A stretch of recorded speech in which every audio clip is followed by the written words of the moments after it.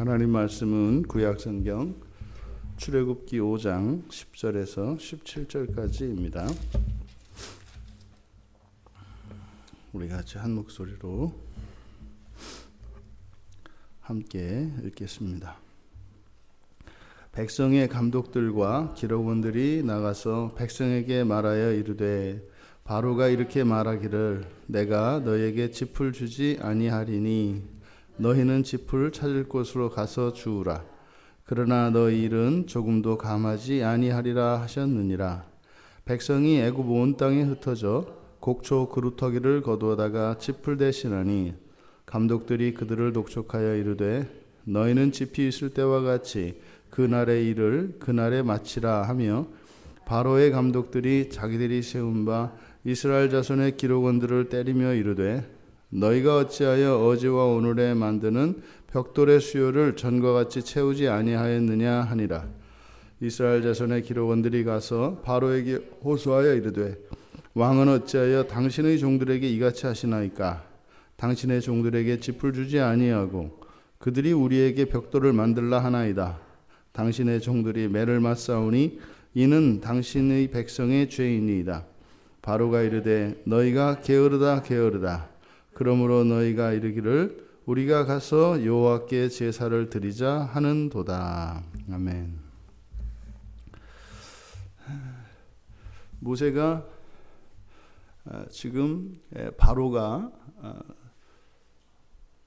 이스라엘 백성들을 광야로 보내서 여호와 하나님께 절기를 지킬 수 있도록 여호와의 뜻을 전했습니다만 그것을 듣지 않았습니다. 근데 그 과정에서 이제 이스라엘 백성들에게 오히려 짐을 더 무겁게 하여서 다른 생각하지 못하도록 해야 되겠다라고 하는 이 바로의 생각을 펼치는 그 과정 속에서 기록원들이 등장을 합니다. 이제 우리가 읽은 이 10절에서 17절까지의 본문의 주어들을 보면 10절에 백성의 감독들과 기록원들이 백성들에게 말하되, 그래서 백성들의 감독자로서 백성의 감독과 기록원들이 등장합니다. 그래서 여기서 백성의 감독들이라는 것은 애굽 사람들이고 애굽의 관리들을 말하는 것이고, 기록원들은 이스라엘 사람들, 히브리인으로서 애굽의 바로에게 이렇게 충성하고 있는 사람들입니다. 중간 역할을 하고 있는 사람들이죠.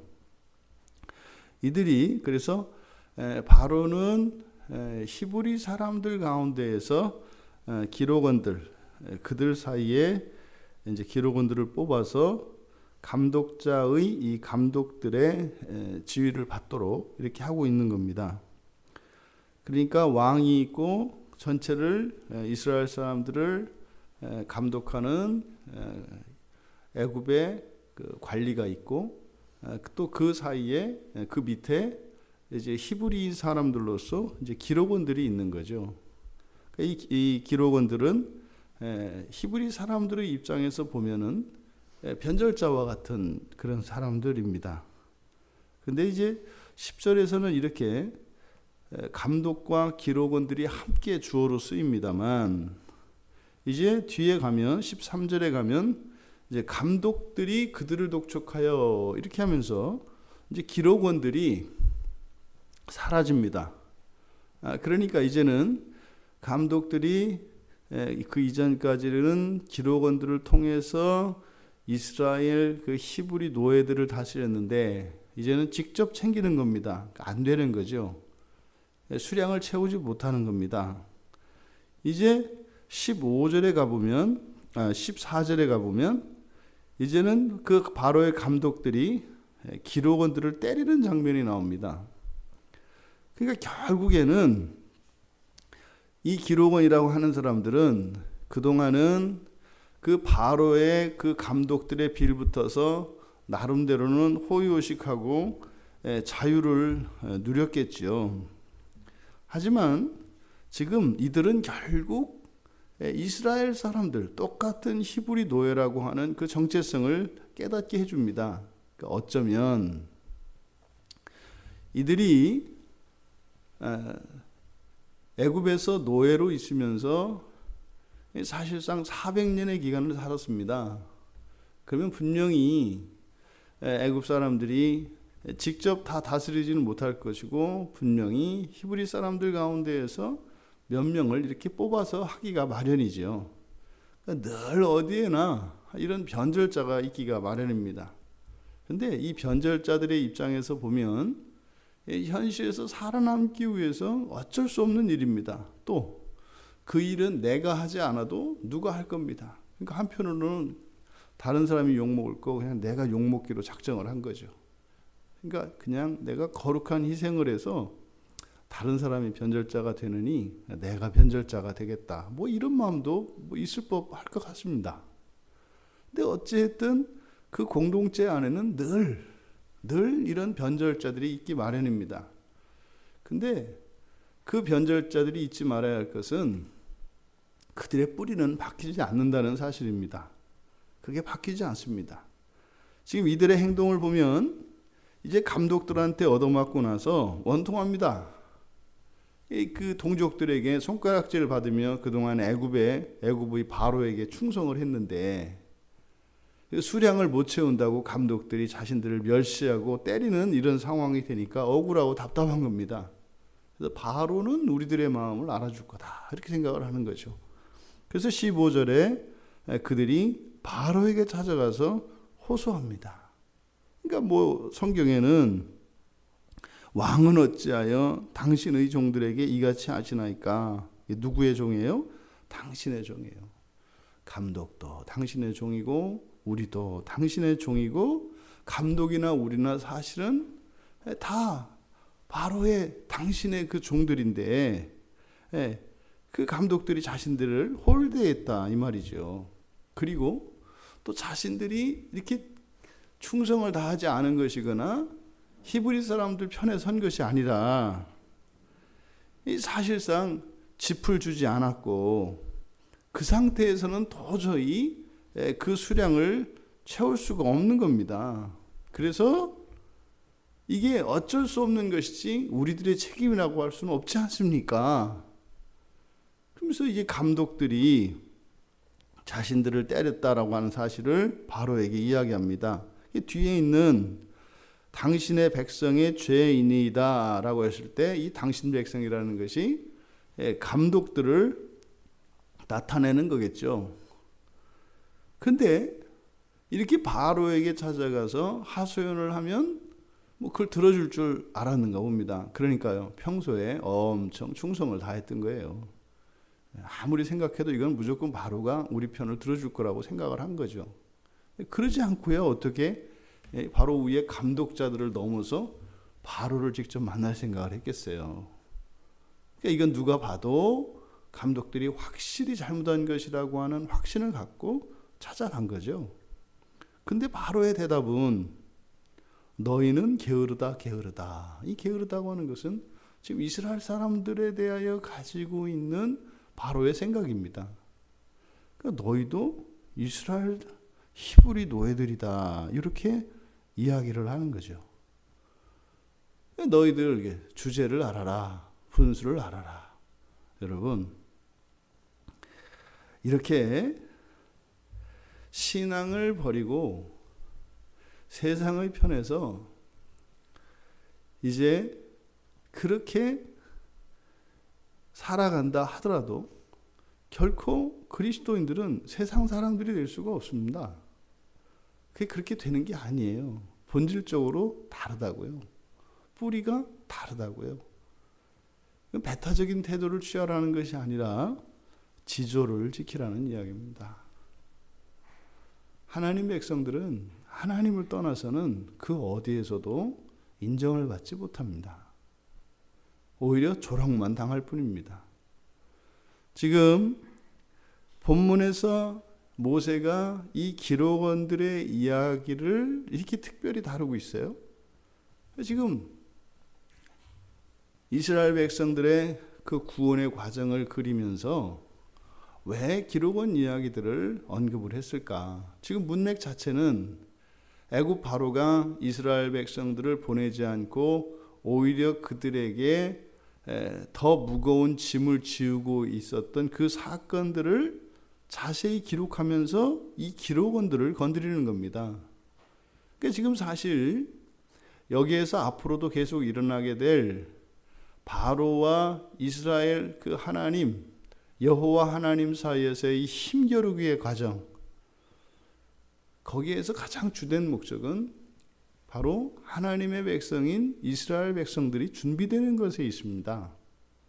그러니까 지금 여기에서 이 기록원들, 민족을 배반하고 애굽의 바로의 편에 서서 그들에게 충성을 맹세하고 충성하고 있는 이 기록원들, 이들도 하나님의 백성입니다.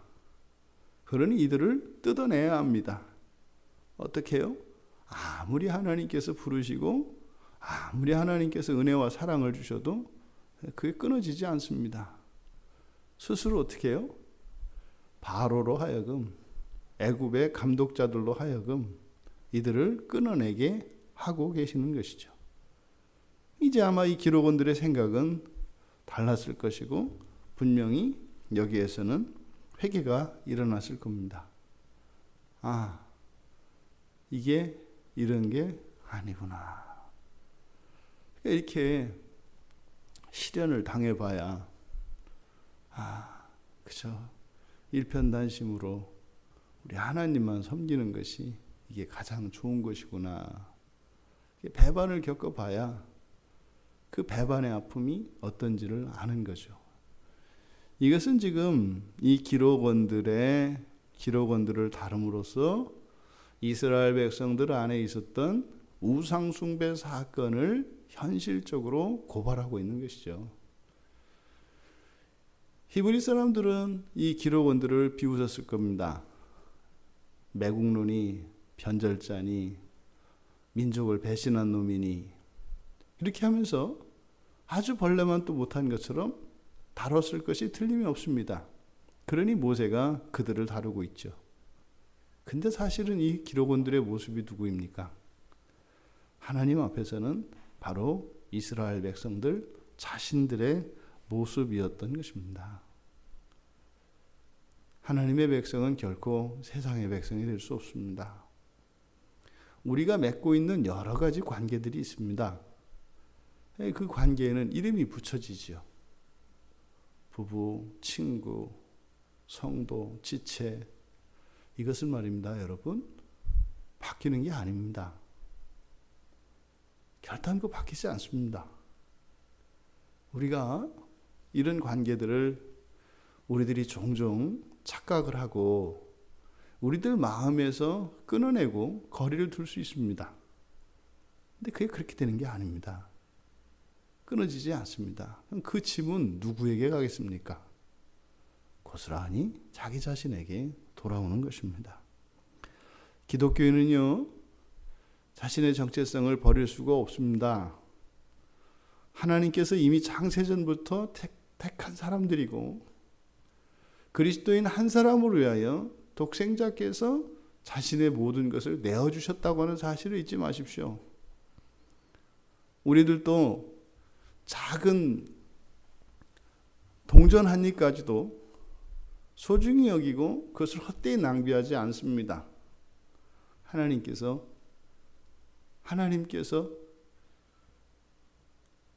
이 세상을 위하여 내어주신 예수 그리스도의 그 보혈을 헛되이 여기겠습니까? 어느 누가 하나님에게서 하나님의 백성들을 끊어낼 수가 있겠습니까? 우리 자신도 그럴 수 없습니다. 하지만 사단이 우리들에게 엉뚱한 생각을 집어넣고 우리들을 속여서 마치 독자적인 나의 생각과 나의 소원대로 살아갈 수 있는 인생이 있는 것처럼 생각을 합니다. 성경에 기록된 하나님의 말씀과 상관없이 살 수 있는 사람인 것처럼 생각을 합니다. 게다가 또 거기에다가 변명까지 합니다. 나는 죄인이라서 이럴 수밖에 없다. 성경은 그런 그들을 향하여 바로의 입을 통해서 이야기합니다. 게으르다, 게으르다. 우리의 마음이 하나님을 향하여 게으르죠. 하나님을 향한 것을 빼고는 다 부지런합니다. 하나님에게서 달아날 때도 부지런하고 나의 왕국을 세울 때도 부지런합니다. 그런데 하나님께 대해서만 게으릅니다. 여러분, 이 세상은 우리 그리스도인들의 신앙의 지조를 더럽힘으로써 하나님을 모욕하고자 합니다. 하나님의 영광은 가릴 수 없습니다. 근데 그 하나님의 마음을 아프게 할 수 있는 딱 한 가지 방법이 있습니다. 그리스도인의 이 신앙의 지조를 더럽히는 겁니다. 양다리를 걸치게 하는 겁니다. 하지만 애시당초 그런 것은 없습니다. 예나 지금이나 이들이 하나님의 백성들을 더럽히는 방식은 돈과 고난입니다. 이 돈과 고난을 가지고 채찍으로 쓰기도 하고 사탕으로 사용하기도 해서 그리스도인들의 눈길을 돌리게 하고 마음을 뺏으려 합니다. 여러분 인생을 살아가시는 동안 끝까지 지조 있는 거룩한 성도로 살아가시는 우리 모두가 되기를 바랍니다. 힘들수록 더욱 주님을 향한 우리의 사랑을 더 확연하게 드러냅시다.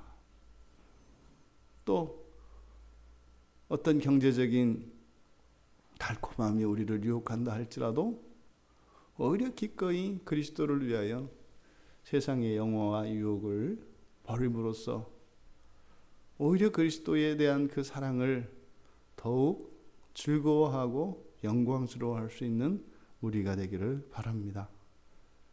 하나님은 때가 되어 우리를 높이실 것입니다.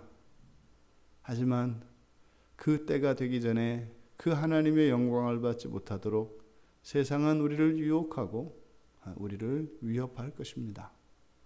여러분, 하나님 편에 서는 것이 유일한 승리의 길입니다. 마지막 날에 부끄러운 이런 변절자가 아니라 오히려 그런 고난과 역경 속에서도 그 유혹을 물리치고 오직 주님 한 분만 바라보며 살았던 순결한 우리들의 신앙으로 주님과 재회하는 그날의 영광을 누릴 수 있는 우리 모두가 되기를 주님의 이름으로 축원합니다. 살아계신 하나님, 저희들 마음속에는 늘 두 마음이 있어서 이 세상의 쾌락과 편안함이 주는 유혹이 커서 하나님을 향하여 게으르고 세상에 대하여 열심을 내며 살아갑니다. 하지만 하나님, 오히려 하나님께 대하여 열심히 있고 세상에 대하여 게으른 저희들이 되기 원합니다.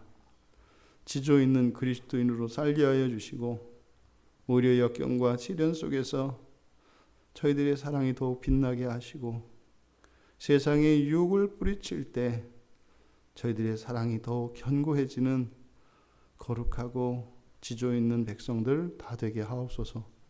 감사하며 예수님의 이름으로 기도하옵나이다. 아멘.